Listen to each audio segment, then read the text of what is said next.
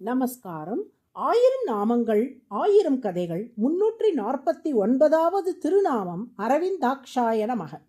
பக்தியோக முறைப்படி தியானம் செய்து இறைவனை அடைய விரும்புவோருக்கு 32 விதமான வழிமுறைகளை உபனிஷத்கள் காட்டுகின்றன. அந்த 32 வழிமுறைகளைத்தான் பிரம்ம வித்யைகள் என்பார்கள்.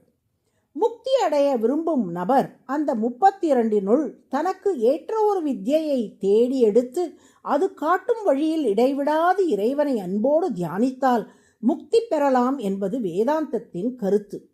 அந்த பிரம்ம வித்யைகளாகிய தியான முறைகளுள் ஒன்று அந்தராதித்ய வித்யை. இந்த வித்யையில் சூரியனுக்குள் இருப்பவனாக இறைவனை எண்ணி தியானம் செய்ய வேண்டும். हिरण्मय पुरुषो दृश्यते हिरण्यश्मश्नुः हिरण्यकेशः आप्रणखात् सर्व एव सुवर्णः. சூரியனுக்குள்ளே பொன்னின் நிறத்துடன் ஒரு புருஷன் திகழ்ந்தான். அவனது மீசை, தலைமுடி அனைத்தும் பொன்மயமாக உள்ளன. அவனது நகம் வரை அனைத்து அங்கங்களுமே தங்கம் போல் உள்ளன என்பது இந்த ஸ்லோகத்தின் கருத்து. இங்கே பொன்னிறம் என்ற சொல்லை இருவிதமாக புரிந்து கொள்ளலாம் என்று பெரியோர்கள் காட்டியுள்ளார்கள். ஒன்று, தங்கம் எப்படி காண்பவர்களின் கண்களையெல்லாம் ஈர்க்குமோ அதுபோல் இறைவனின் திருமேனியும் காண்பவர்களின் கண்களையெல்லாம் ஈர்த்து விடுகிறது. இப்படி பொன் போன்ற தன்மை கொண்ட திருமேனி என்பதைத்தான் பொன்னிறம் என்று உருவகப்படுத்தி உபனிஷத்துகள் சொல்வதாக எடுத்துக்கொள்ளலாம். அல்லது திருமால் கருநீல வண்ணம் கொண்டவராக இருந்தாலும் அவரது திருமார்பில் உள்ள மகாலட்சுமி பொன்னிறம் கொண்டவளாக இருக்கிறாள். அவளது திருமேனி ஒளி திருமாலின் திருமேனியில் பிரதிபலிப்பதால் திருமாலும் பொன்னிறம் கொண்டவராய் காட்சியளிக்கிறார். இத்தகைய இறைவனின் கண்கள் எப்படி இருக்கும் என்றால், தஸ்ய யதா கப்யாசம் புண்டரீகம் ஏவம் அக்ஷினி. இது சாந்தோக்கிய உபனிஷத்தில் கூறப்பட்டுள்ளது. கப்யாசம் புண்டரீகம் போல் அவனது கண்கள் இருக்கும். கபி என்றால் சூரியன், ஆசம் என்றால் மலர்த்தப்பட்ட, புண்டரீகம் என்றால் தாமரை.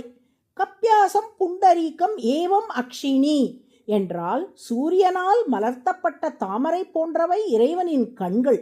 அதாவது இறைவன் கண்ணை மூடி திறந்தால் ஒரு தாமரை மொட்டு மலர்வது போல் அழகாக, மென்மையாக, நளினமாக, குளிர்ச்சியாக இருக்கும் என்பது தாத்பரியம். அந்த இறைவனின் பெயர் என்ன? தஸ்ய உத் இதி நாம சயேஷ சர்வேப்ய பாபேப்ய உதித. இது சாந்தோக்கிய உபனிஷத்தில் கூறப்பட்டுள்ளது. அவனுக்கு உத் என்று பெயர்.